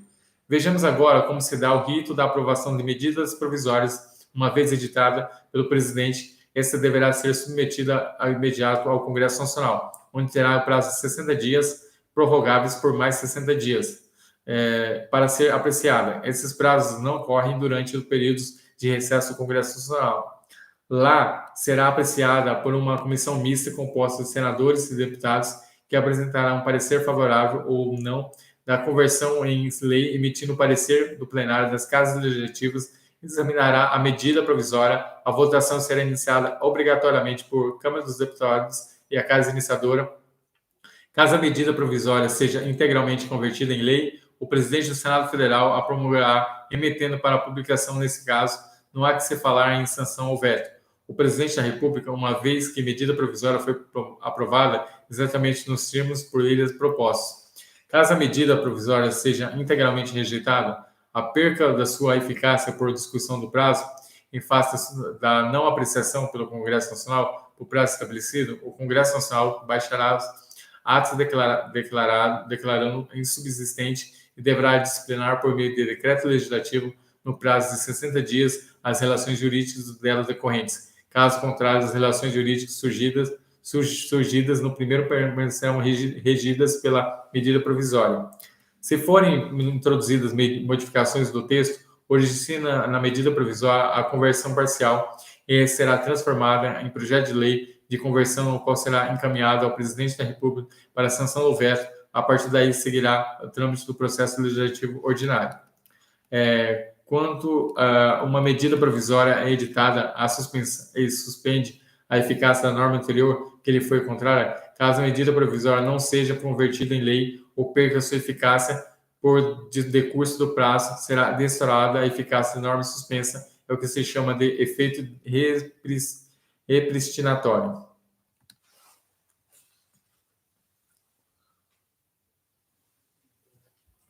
A DIN número 5.127 do STF decidiu que o Congresso Nacional não pode incluir em medidas provisórias editadas pelo Poder Executivo emendas parlamentares que não tenham pertinência temática ou norma. Em outras palavras, as alterações em medida provisória devem ser pertinência temática com seu texto original. Caso as emendas parlamentares em medida provisória sejam estranhas ao conteúdo do texto original, fica configurado o contrabando legislativo, prática vedada pela Constituição Federal. Como já dissemos, a medidas provisórias têm eficácia pelo prazo de 60 dias a partir de sua publicação, prorrogável por única vez por igual período. A prorrogação dá-se na forma automática, sempre a precisar de ato do chefe do Executivo. Os prazos não correm durante os períodos de recesso do Congresso Nacional. Destaque-se que, mesmo após decorrido o prazo de 120 dias, contado da sua edição, uma medida provisória conserva integralmente a sua vigência e, nesse período em que tiver sido prorrogado pelo Congresso Nacional um projeto de lei de conversão, esse projeto estiver aguardando sanção presidencial, se a medida provisória não for apreciada em 45 dias contados de sua publicação, entrará em regime de urgência subsequente em cada uma das casas do Congresso Nacional. Nesse caso, ficarão sobrestadas até a última votação todas as demais deliberações legislativas da casa em que a medida provisória estiver tramitando. Portanto, no 45º dia em que a apreciação da medida provisória trancará a pauta da Casa Legislativa em que estiver tramitando, obstando a votação de qualquer uma da matéria. Esse fato, porém, não interromperá a contagem do prazo. 60 dias prorrogáveis por mais 60 para a conclusão do processo legislativo da medida provisória. Deduz-se com isso que é possível que, mesmo com o trancamento da pauta, haja expiração do prazo para a conclusão do processo legislativo, sem que o Congresso Nacional tenha ultimado a apreciação da medida provisória nessa situação. A medida provisória perderá sua eficácia desde sua edição por decurso de prazo ex tunc. A jurisprudência do STF não admite que a medida provisória submetida ao Congresso Nacional seja retirada pelo chefe do Poder Executivo. Entretanto, aceita que a medida provisória nessa situação seja revogada por sua outra, nesse caso, a matéria constante da medida provisória revogada não poderá ser reeditada em nova medida provisória na mesma sessão legislativa. No que se refere a Estados-membros, segundo o STF, eles podem adotar medida provisória desde que haja previsão de edição dessa espécie normativa em sua Constituição, nos mesmos moldes da Constituição Federal. Para maior compreensão do tema, destaque-se o seguinte julgado, tendo como relatora a ministra Ellen Grace. No julgamento da ADIM 425 do relator ministro Maurício Correia, o plenário dessa corte já havia reconhecido por ampla maioria a constitucionalidade da instituição da medida provisória estadual, desde que primeiro esse instrumento esteja expressamente previsto na Constituição do Estado e segundo sejam observados os princípios e as limitações impostas pelo modelo adotado pela Constituição Federal, tendo em vista a necessidade da observância simétrica do processo legislativo federal. Outros precedentes da ADIM 691, do relator ministro Sepúlveda, pertence ao relator ministro Moreira Alves, entendimento reforçado pela significativa edição da Constituição Federal, quando essa possibilidade no capítulo referente à organização e à urgência dos Estados, a competência dos entes da Federação para explorar diretamente ou mediante concessão os serviços locais de gás canalizado da forma da lei, vedada a edição de medida provisória para sua regulamentação. Artigo 25, parágrafo 2º, ADIM 2391. Dessa forma, a instituição de medidas provisórias pelos Estados-membros é facultativa, dependendo de previsão expressa na Constituição Estadual. De qualquer maneira, caso o Estado opte por incluir medidas provisórias, deverão ser respeitados os princípios e limites estabelecidos pela Constituição Federal de 88. MPE, Mato Grosso do Sul, 2015. É vedada a edição de medidas provisórias sobre matéria relativa ao direito processual civil e organização do Ministério Público. Correto. De fato, não pode ser editado medidas provisórias sobre direito processual civil e organização do Ministério Público.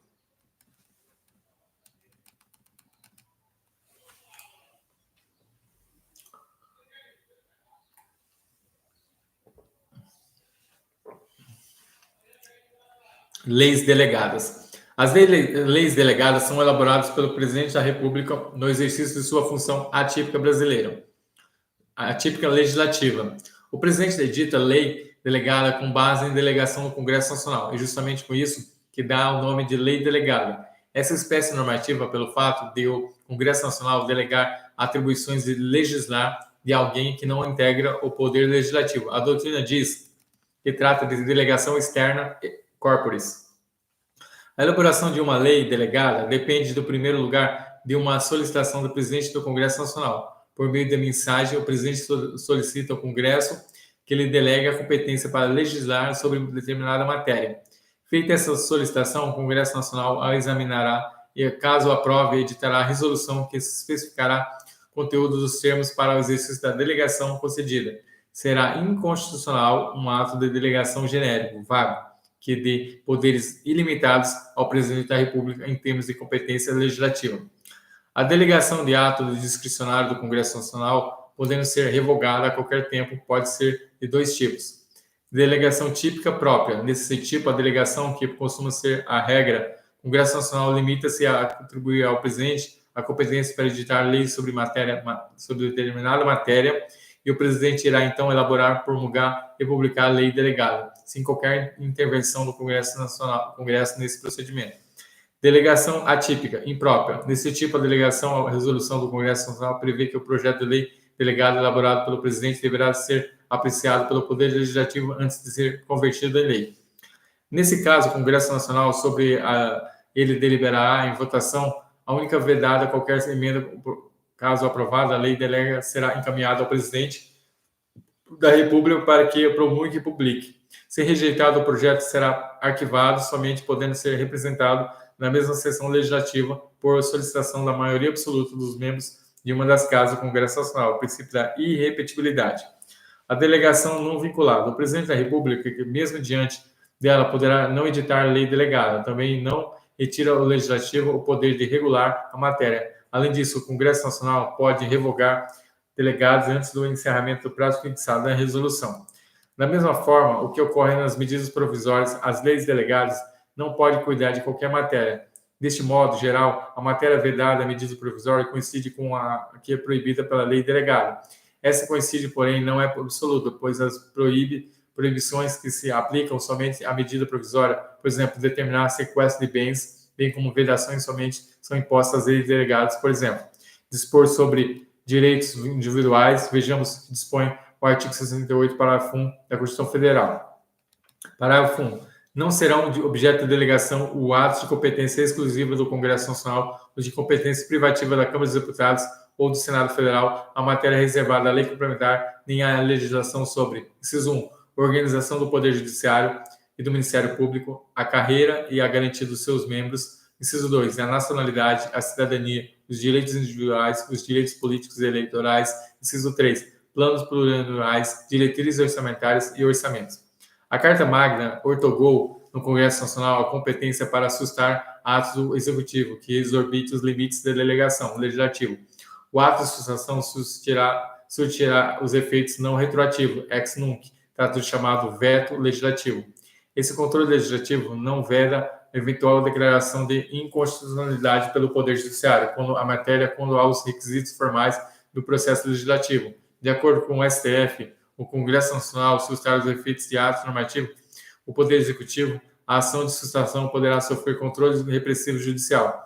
Assim, os atos de sustação efetuados pelo Congresso Nacional, o decreto legislativo, poderá o chefe do Executivo pleitear judicialmente a declaração de sua inconstitucionalidade por meio de ação direta de inconstitucionalidade, ADIM, ajuizado perante o Supremo Tribunal Federal. MPE Paraná 2014. Não serão objeto de lei delegados os atos de competência exclusiva do Congresso Nacional, os de competência privativa da Câmara dos Deputados e ou do Senado Federal, em matéria reservada à lei complementar, nem à legislação sobre nacionalidade, cidadania, direitos individuais, direitos políticos e eleitorais. Questão correta, exatamente o que prevê o artigo 68, parágrafo 1, inciso 1 da Constituição Federal de 88. A lei delegada não poderá versar sobre essas matérias.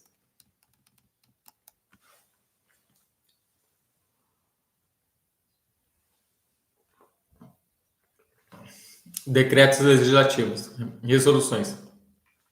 Os decretos legislativos e resoluções são espécies normativas primárias, com hierarquia de lei ordinária, não estão sujeitos à sanção ao veto do presidente da República. Os decretos legislativos são os editados pelo Congresso Nacional para tratamento de matéria de sua competência exclusiva, artigo 49 da Constituição Federal, dispensada a sanção presidencial. Segundo o professor José Afonso da Silva, os decretos legislativos são atos de efeitos externos do Congresso Nacional. As resoluções, por sua vez, são espécies normativas editadas pelo Congresso Nacional, pelo Senado Federal, pela Câmara dos Deputados, são utilizadas para dispor sobre assuntos de sua competência que não estão sujeitos à reserva da lei. Esses assuntos são basicamente aqueles enumerados nos artigos 51 e 52 da Constituição, que apontam as competências privativas da Câmara e do Senado Federal, respectivamente. A Carta Magna exige a edição de resoluções também em outros dispositivos constitucionais, entre os quais a linha A, delegação legislativa para a edição de lei delegada, resolução do Congresso Nacional. A linha B, definição de alíquotas máximas de imposto de competência dos Estados e Distrito Federal sobre transmissão, causa-mortes, doações de qualquer bens e direitos, resoluções do Senado.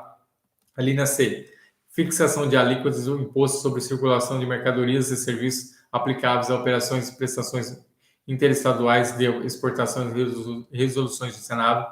A linha D, suspensão de execução de lei delegada inconstitucional pelo STF, resolução do Senado. A promulgação da resolução se dá pelo presidente da respectiva Casa Legislativa. Questão advogado da União, 2015. No ordenamento jurídico brasileiro, admite-se a autorização do referendo e a convocação de plebiscito por meio de medida provisória? Questão errada. Autorização de referendo e convocação de plebiscito são matérias de competência exclusiva do Congresso Nacional. Artigo 49, inciso 15 da Constituição de 88. Portanto, são realizados mediante decreto legislativo. Processo legislativo orçamentário. O PPA, Plano Plurianual, o LDO, Lei de Diretrizes Orçamentárias, a LOA, Lei Orçamentária Anual, são as leis de iniciativa do Poder Executivo. Artigo 165 da Constituição Federal, devendo ser apreciados pelas suas casas do Congresso Nacional nos parâmetros do regimento comum. Artigo 166 da Constituição Federal, seu processo legislativo apresentará várias peculiaridades, conforme veremos a seguir. Artigo 165, parágrafo 9. A Constituição Federal de 1988 determina que, artigo 165, parágrafo 9, cabe à lei complementar, inciso 1, dispor sobre o exercício financeiro e vigência dos prazos, a elaboração e organização do plano plurianual, da lei de diretrizes orçamentárias, da lei orçamentária anual, inciso 2, estabelecer normas de gestão financeira patrimonial, da administração direta, indireta, bem como as condições para a instituição e funcionamento dos fundos. Inciso 3, dispor sobre critérios para a execução equitativa, além de procedimentos que serão adotados quando houver impedimentos legais, técnicos, cumprimento de restos a pagar, limitação das programações de caráter obrigatório para a realização disposto no parágrafo 11 do artigo 166. Caso essa lei ainda não foi editada, a Lei 4.320 de 64 recepciona com lei complementar o que prevê as normas gerais do direito financeiro para os entes federados. O processo legislativo se inicia com a elaboração da proposta legislativa às leis orçamentárias, conforme o artigo 165 da Constituição Federal, que é iniciativa do Poder Executivo na esfera federal. Essa iniciativa é de competência privativa do Presidente da República. Artigo 84, inciso 23 da Constituição Federal, trata-se de iniciativa vinculada, uma vez que deve ser exercida obrigatoriamente pelo seu titular determinado período por ser disposição constitucional e legal. Nesse sentido, o artigo 85 da Constituição Federal determina que são de crimes de responsabilidade dos atos de presidente da República que atende contra a lei orçamentária. Destaca-se que a Constituição Federal assegurou a autonomia administrativa e financeira do Poder Judiciário, Ministério Público, Defensoria Pública, assim os tribunais de contas. Os tribunais, artigo 99, parágrafo 1 da Constituição Federal. Ministério Público, artigo 127, parágrafo 3º da Constituição Federal. Defensorias Públicas, artigo 134, parágrafo 2, a elaboração das suas próprias propostas orçamentárias dentro dos limites estabelecidos na Lei de Diretrizes Orçamentárias. Os prazos para o ciclo orçamentário no âmbito federal são determinados pelo artigo 35, parágrafo 2º, inciso 1, inciso 3 do ADCT. Artigo 35, parágrafo 2. Até a entrada em vigor da lei complementar que se refere ao artigo 165, parágrafo 9, inciso 1, inciso 2, serão obedecidas as seguintes normas. O projeto do plano plurianual para vigência até o final do primeiro exercício financeiro no mandato presidencial subsequente será encaminhado até 4 meses antes do encerramento do primeiro exercício financeiro e devolvido para sanção até o encerramento da sessão legislativa. Inciso 2. O projeto de lei de diretrizes orçamentárias será encaminhado até 8 meses e meio antes do encerramento do exercício financeiro e devolvido para sanção até o encerramento do primeiro período da sessão legislativa. Inciso 3. O projeto de lei orçamentária da União será encaminhado até 4 meses antes do encerramento do exercício financeiro e devolvido para sanção até o encerramento da sessão legislativa.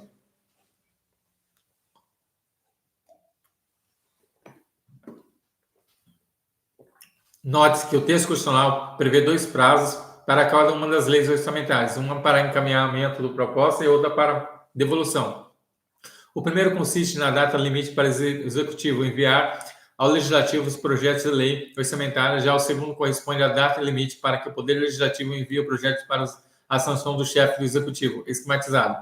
Encaminhamento. Até 4 meses antes do encerramento do primeiro exercício financeiro e devolução até o encerramento da sessão legislativa dos 22/12. O encaminhamento até 8 meses e meio antes do encerramento do exercício financeiro, 15/4, e a devolução até o encerramento do primeiro período da sessão legislativa, 17/7. O encaminhamento até 4 meses antes do encerramento do exercício financeiro, 31/8, e a devolução até o encerramento da sessão legislativa, 22/12. Os prazos referentes ao ciclo orçamentário dos estados e dos municípios constam das respectivas constituições estaduais e leis orgânicas. A fase de discussão se subdivide em proposição de emendas e emendamento, voto ao relator, redação final, proposição e plenário. Nelas, os parlamentares debatem sobre a proposta legislativa, a apreciação dos projetos de leis orçamentárias, PPA, LDO e LOA, é feita pelas 2 casas do Congresso Nacional, na forma do Regimento Comum, artigo 166 da Constituição Federal. No que se refere à fase do emendamento, determina a Constituição que as emendas e os projetos de leis orçamentárias serão apresentados na comissão mista, que sobre ela emitirá parecer apreciados na forma do regimental pelo plenário das 2 casas no Congresso Nacional, e essa comissão, como o nome nos faz imaginar, a composta a deputados e senadores, artigo 176, parágrafo 2 da Constituição Federal de 88. As emendas ao projeto de lei é o orçamento anual, o projeto, ou que modifique somente, pode ser aprovado caso artigo 166, parágrafo 3º, sejam compatíveis com o plano plurianual, com lei de diretrizes orçamentárias. Indique os recursos necessários admitidos apenas aos provenientes da alocação de despesa, inclusive incidam sobre dotações para pessoal e seus encargos e serviços da dívida ou ainda sobre transferências tributárias constitucionais para estados, municípios e Distrito Federal, sejam relacionados com a correção de erros, omissões ou com disposições de texto do projeto de lei. A fase de emendamento do projeto de lei de diretrizes orçamentárias também é objetivo de limitações pela lei fundamental, reza a carta magna no artigo 166, parágrafo 4º, que as emendas do projeto de lei de diretrizes orçamentárias não poderão ser aprovadas quando incompatíveis com o plano plurianual. É importante destacar o entendimento do Supremo Tribunal Federal de que, embora a iniciativa do projeto de lei orçamentária seja de competência reservada do chefe do Poder Executivo, podem os membros do Legislativo oferecer emendas aos mesmos. Isso porque o poder a emendar os projetos de lei é prerrogativa à ordem política e jurídica, inerente ao exercício... Deixa eu colocar para carregar o computador aqui. No exercício da atividade legislativa ADI 1050, 23/4/2004. Também é importante ressaltar que o STF entende que o plano plurianual não pode ser modificado para aumentar as despesas. ADI 2810, de 25/4/2003.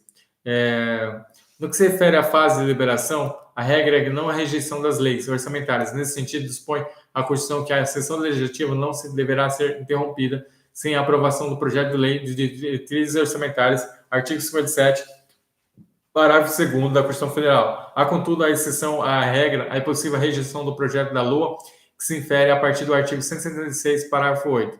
Artigo 166, parágrafo 8. Os recursos que, decorrência do veto, emenda ou rejeição do projeto de lei orçamentário anual ficarem sem despesas correspondentes, podendo ser utilizados, conforme o caso, mediante créditos especiais, suplementares ou prévia específica alteração do legislativo. No processo legislativo, o comentário à mensagem presidencial é o instrumento usado na comunicação entre o Presidente da República e o Congresso Nacional. A mensagem serve para encaminhar o projeto do PPA, LDO e LOA, também pode ser enviado para propor modificação nesse projeto, quando não iniciada a votação, em comissão mista, da parte cuja alteração é proposta no artigo 166, parágrafo 5 da Constituição Federal. Emenda à Constituição número 86 de 2015, a PEC do Orçamento Impositivo.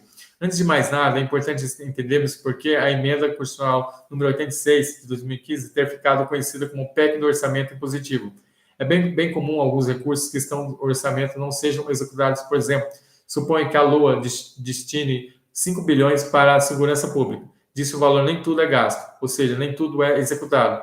Quando você fala em orçamento impositivo, a referência que faz é que a obrigatoriedade de que ocorra a execução das despesas previstas na LOA.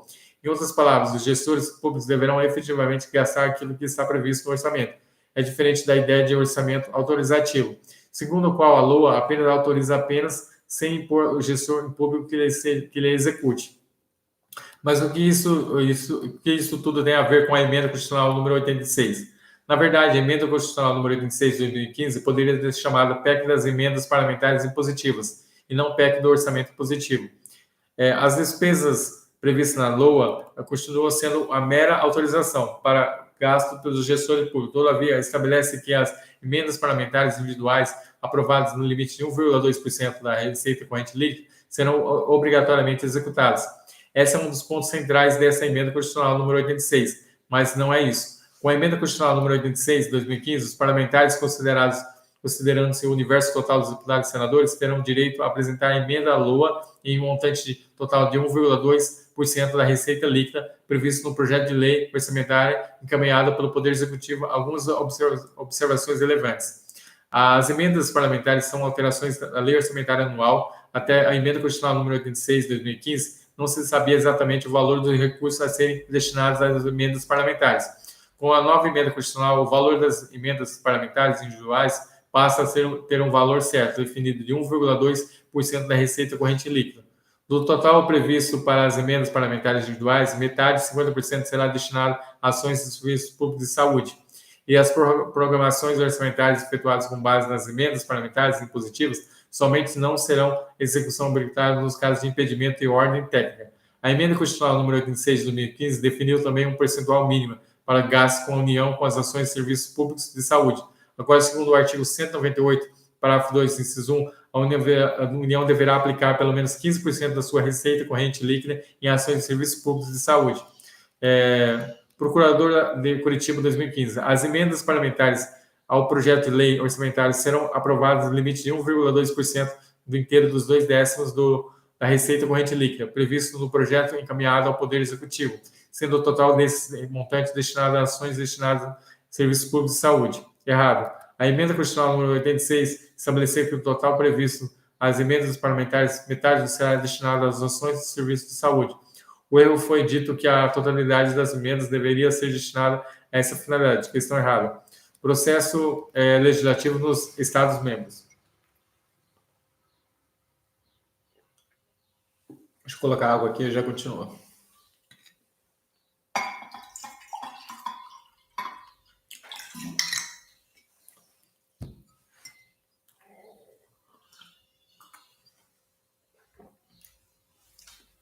Processo legislativo nos Estados-membros. A regra base do processo legislativo estabelecida na Constituição são observâncias obrigatória no âmbito dos Estados-membros, Distrito Federal e municípios. Assim, esses entes federais devem prever de forma idêntica à Constituição Federal.